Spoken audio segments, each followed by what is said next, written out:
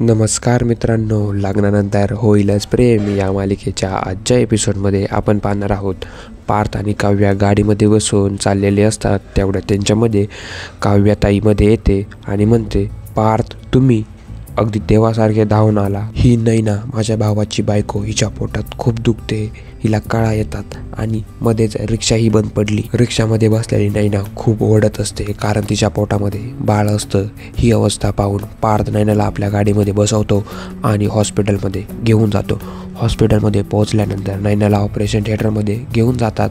पार्थ, काव्या आणि ताई हे सगळे ऑपरेशन थिएटरच्या बाहेर उभे असतात. अचानक डॉक्टर ऑपरेशन थिएटरमधून बाहेर येतात आणि म्हणतात, तुमच्या पेशंटला ताबडतोब हलवावं लागेल इथून.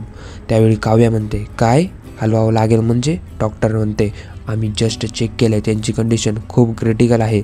बाळाच्या मानेभोवती नाळेचे वेढे पडलेत, म्हणून बाळाच्या आणि आईच्या जीवाला धोका निर्माण होऊ शकतो. तिथे उभी असलेली ताई रडत म्हणते, तुम्ही काहीही करा, प्लीज तिचा जीव वाचवा आणि प्लीज मी तुमच्या पाया पडते.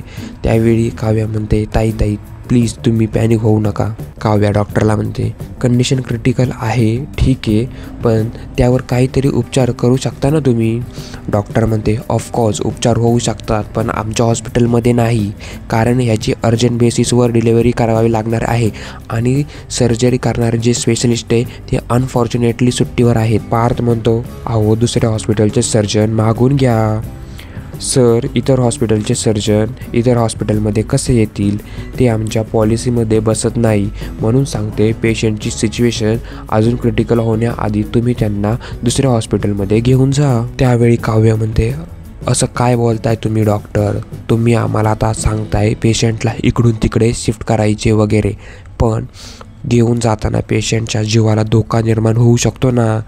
डॉक्टर आहात ना तुम्ही, मग तुम्ही आम्हाला गाईड करा प्लीज. डॉक्टर म्हणते, हे बघा, तुम्ही तुमच्या पेशंटला इथून घेऊन जा, बोलण्यात वेळ वाया घालू नका. त्यावेळी काव्या म्हणते, असं कसं काय घेऊन जा? कसं घेऊन जायचं आम्ही आमच्या पेशंटला? काय बोलताय तुम्ही? तुमचं तुम्हाला कळतंय का?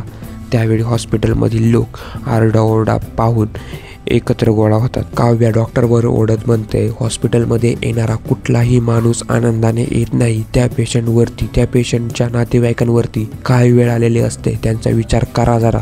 आणि कसं आहे ना डॉक्टर, पैसे आणि पॉलिसी हे दोन विचार तुम्ही जरा बाजूला ठेवले ना, तर कुठल्याही पेशंटबद्दल विचार करायचे 100 मार्ग आपोआप दिसतील. त्यावेळी डॉक्टर फोन काढतो आणि ट्राय करतो कोण सर्जन सापडतोय का नाही, आणि त्यांना सर्जन सापडतो. डॉक्टर म्हणते, तुम्हाला पेशंटला कुठेही शिफ्ट करायची गरज नाही आहे. तर मित्रांनो, इकडे नंदिनी दीपकला भेटण्यासाठी जेलमध्ये पोहोचते. त्यावेळी नंदिनी आणि दीपक एकमेकांच्या समोरासमोर उभे असतात.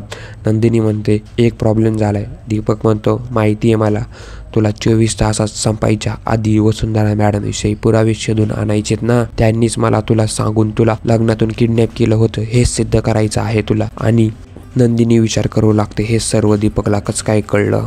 असेच नवीन अपडेट पाहण्यासाठी चॅनलला लाईक, शेअर आणि सबस्क्राईब नक्की करा. धन्यवाद मित्रांनो.